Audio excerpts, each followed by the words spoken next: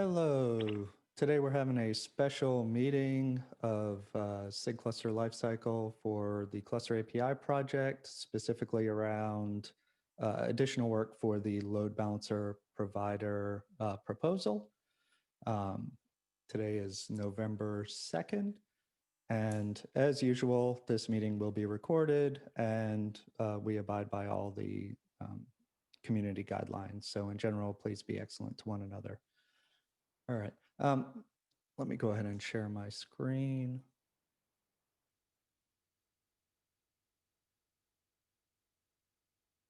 All right. So basically, it's a follow-up from the meeting that we had last week where we went through and started to sketch out the goals and non-goals. We had some action items from that.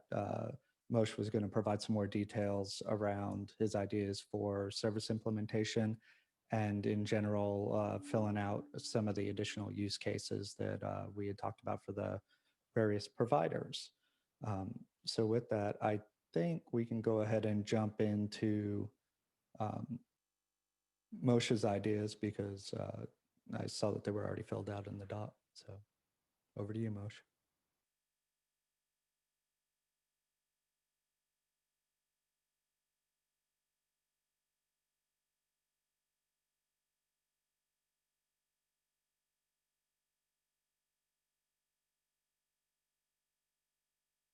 If you're speaking, you're on mute. Sorry. Can you scroll down a little to the diagram? Yeah. So I've created the sequence diagram and a few sample CRDs at the bottom, just almost mostly as talking points. I don't know how much more or less needs to be added to it. So essentially, we have a machine service controlled by a machine service controller. Um, as soon as you create a new machine service, we'll mirror that into a service object minus the selector. Um, and then it will reconcile and create endpoints in the background as machines come up and down based on the machine service selector versus the service selector. And then from that point on, everything should be pretty much normal Kubernetes services. So existing load balancers look at the service and endpoints and uh, don't even need to know that the machine service created them. Um, and then the only other change that would be required would be in Cluster API to add a reference in the control plane endpoint to a service. So you point the control plane endpoint to a service. It doesn't even need to know again that it's a machine service in the background, and it should pick up the load balancer IP from there. That's pretty much it. So I've created the machine service CRD and then the corresponding service and cluster CRD at the bottom. All right. And I see Yassine has a question. Yeah, I have a question. So, two questions. The first one is just to confirm that this service is like a headless service without a selector. And the second thing would be, are we supposed to use endpoint or endpoint slices? I don't know what's the latest recommendation from SIG Network on this. So this would be not a headless service, but an empty service. Um, and then endpoint, whether it's endpoint or endpoint slices, I think it would be whatever is required. I think both, or probably both, it makes more sense. Jan? Yeah, I was thinking I was discussing with the guys from Metal Tree side about the whole load balancing thing, and we were discussing about the that is are we able to run, for example, if we're running now this as a service, can we run those in a control planes, or is this because we would like to kind of handle the whole load balancing in our control planes. We don't want it to use the external server to run our load balancer as a in front of our control planes. Is it are we able to do this with this solution? So when you're referring to the control plane, is that the workload control plane or the management cluster? I think a workflow cluster control plane. So I think this would be machine service would be deployed in the management cluster. Essentially because that's where you need the control plane endpoint from. But there's no reason why you can't deploy that inside the workload cluster as well, and you get two load balancers with the same set of endpoints underneath. Yeah, because currently what we are doing, at least in I think in our production side, we are when we deploy these workflow clusters, we delete our management clusters. So we kind of create those workflow clusters, and then we don't have these management cluster anymore. So is there any way to even get this sort of or do you have any idea, could we handle, obviously we need to find a way to do that, but could this be done through this? So I think I agree with your son. Isn't this a move or a migrate of the management cluster into the workload cluster? Yes, we pivot everything from the management cluster into the workflow cluster, and then the kind of a connection between those ones are gone. So I think the same thing would apply. You would just need to ensure that you pivot the machine service controller as well. Yeah, exactly. Yeah, I was thinking. Yeah, thanks. This helped a lot. All right. I think Andy? Andy was next. Yeah. Thanks. Jan, just to clarify, so that's a standard pattern where you take your Bootstrap cluster, you pivot everything into the workload cluster, and then you delete the Bootstrap cluster, and you're left with just one cluster that is self-managing. Yeah, exactly. So it would own all of its own resources, and were you to decide to create other clusters from it, you could if you wanted to. So the question I had for Moshe is the service in here just a standard service of type load balancer, and the expectation is the cloud provider for Kubernetes would create it, or is there something different? Exactly that. So then your cloud provider, or I know most of the load balancers are going out of tree now as well. So I know the AWS ALB is a separate controller. KubeVip would be a separate controller. NSXT load balancer, I think, is now bundled into the vSphere cloud provider. So yeah, so the idea is to leverage off the existing cloud providers and not reinvent the wheel. Okay, so I know, or I think I know for VMC that because it's not, and this is more for Yassine and Nadir, because it's not normal EC2 instances in the sense of normal EC2, we can't put the VMs like directly as backends for the load balancer. Is that right? I don't know, actually. I think it might work with NLB. Okay, yeah, I'm just wondering, like, if we have the machine service controller that is looking at the machines, creating endpoints or endpoint slices with their information. I looked at both endpoint and endpoint slice, and I think we have space for either the host name or the IP address, or maybe both. And I just want to make sure that if we proceed with this, and I really like this idea, that we aren't missing out on some functionality because of weirdness between like VMC and the backing VMs. Yeah, I'll need to check. So I think that AWS the external load balancer provider. So the AWS Ingress controller has been renamed the AWS Load Balancer provider. I think there's a CRD construct in it called target group, and then I think that allows you to specify it. So there might be something interesting where it might not be replicable completely with just a service, that there might be some additional CRD that we have to use, which might be interesting. I will need to go and check.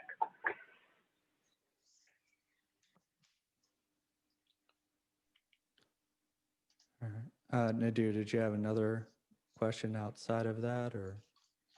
Oh yeah, I just want to just ask Jan in particular. So are we, or everyone actually, are we, we're not excluding in this the idea of continuing to use, say, Cube where everything is internal to that control plane, right? And if we're not, should we have a statement to that effect?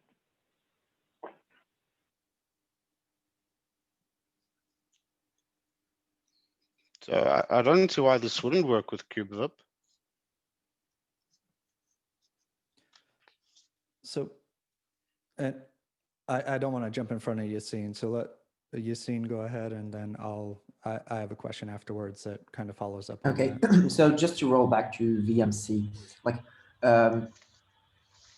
from the testing that I did earlier, because I had a PR that added like ELB support for VMC. The only solution that I saw was to actually add targets as IPs, because VMs are mirrored as EC2 instances. That's the first thing. The second thing would be like if we were using the services and endpoint of Kubernetes, wouldn't be like I think we would be facing maybe a chicken and egg problem, because you'd need the API server to create the services, like the endpoints, but you still need the endpoint to create the services.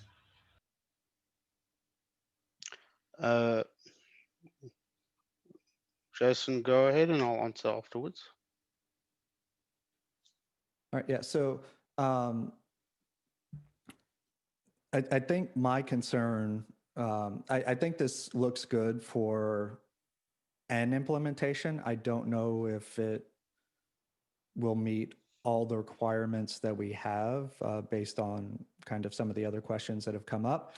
But in particular, I think there's a limitation where you can only have one type of a load balancer provider installed in a cluster. So if we start creating multiple services of type load balancer in a management cluster and expect it to work with various different kind of load balancer implementations for those services, I think we're going to run into issues with not being able to support more than just one installed kind of load balancer implementation. So I do think many of the load balancer providers are adding some filtering, so specifically on namespaces, so they'll only watch specific namespaces. And potentially we can ask them to add some type of load balancer class mechanism as well into there. That's the one option. Then the other option is that you leave the implementation detail up to the implementer. So you can provide this as like a default implementation. And then if you want to go and build something yourself, then your contract really is just give us a service with a status that we can consume. It doesn't have to be of type load balance. It can be of type anything, or in fact, any object that follows the service status struct, and Cluster API can pick up that IP as the contract. That was the one. I forget. You've seen what your question was. It was regarding the chicken and egg issue.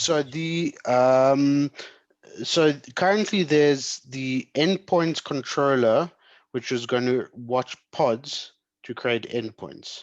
So we're not going to use that. We're going to have a new controller called the machine service endpoint controller, or the machine service controller, that watches machines and creates endpoints out of machines.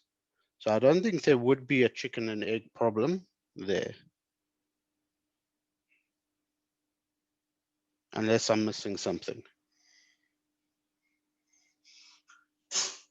So I guess I guess it depends on when the kubeadm init succeeds. So if we start the API server and from the controller, we're able to create the service and the endpoint objects into the API server, we should be fine then.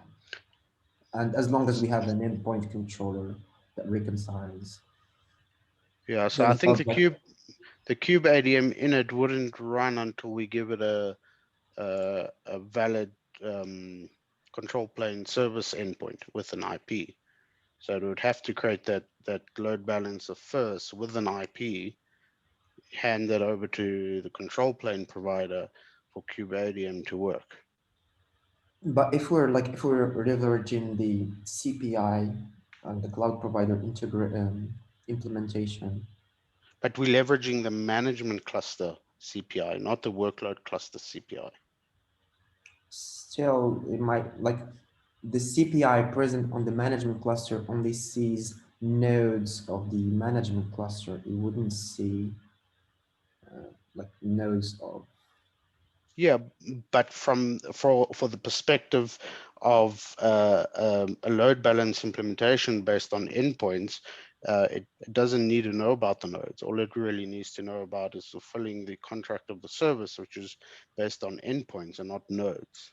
Okay, so I guess like what you're saying is we rewrite the endpoint controller, and then we find a way to distinguish between like proper endpoints of code and the ones that we are. So an endpoint is just from my understanding, an endpoint is a reference to an IP or a host name. And the contract of a service is that there are endpoints behind the service, and that consumers of service such as kubeproxy or cloud providers will look at the endpoints to go and provision the backends. So as long as we maintain that contract of service, it should work.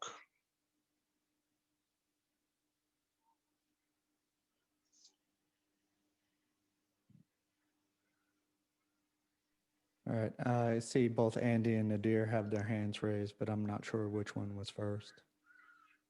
I'll go if that's okay. So from a bootstrapping perspective, I think that we're in a situation where we can't necessarily make this work today.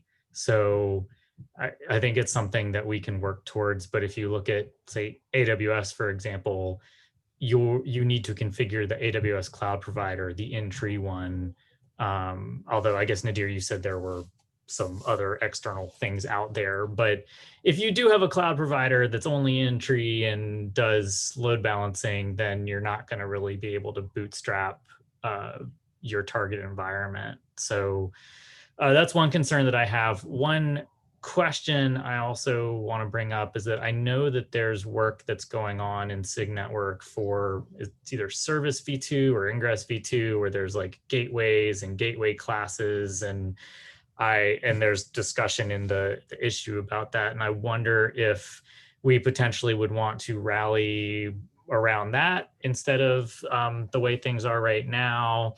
And then the last comment that I have is basically, I think we could do everything that's being proposed here and like not necessarily have to rely on the existing APIs like services and endpoints if we just wanted to make some progress faster. But I realize that there's benefits, like if we can just take advantage of a service type load balancer, we don't have to go ask anybody to write new code to set this stuff up.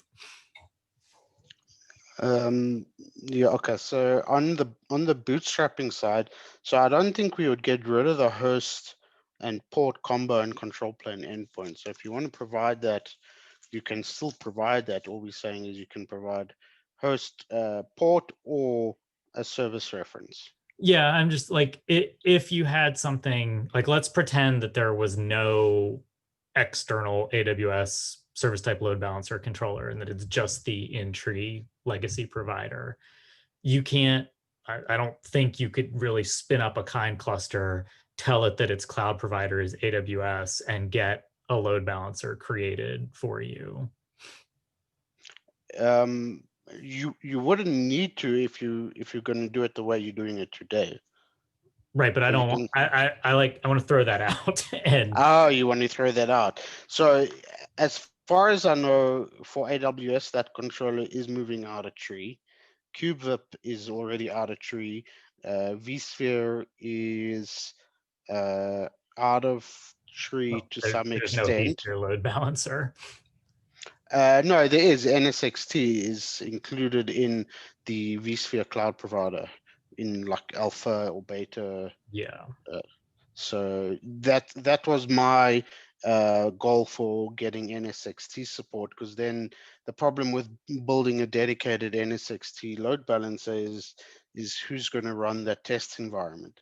And if we rely on the NSXT load balancer that comes with a cloud provider, then that becomes the cloud provider's responsibility, and we don't have to worry about testing of it. Yeah, so maybe the path forward is to spend some more time investigating the gateway class stuff, because that clearly runs as a separate thing and it doesn't rely on the Kubernetes cloud provider interface, to my knowledge. So from what I saw on Service V2, it's got nothing really to do with load balancers per se. It's more about a more configurable ingress than anything else. So it's a better ingress API, not so much a better service API. So All right, I need to look at it again. It's been a while. And so I know Nadir's had his hand up for a while too. Yeah. Yeah, I just wanted to respond to Jason. So on the issue of what happens if you can you have multiple CPIs, there is a KEP 1959 which will make mandatory to, well, it will be behind the feature gate initially for 121 and maybe beta 122, but will allow an annotation to all field subject to discussion to swap out the load balancer provider implementation. And some cloud providers already do this anyway, like the AWS one. So right now, the CPI, I think there's some external annotation. If you do that, the CPI stops acting on that service.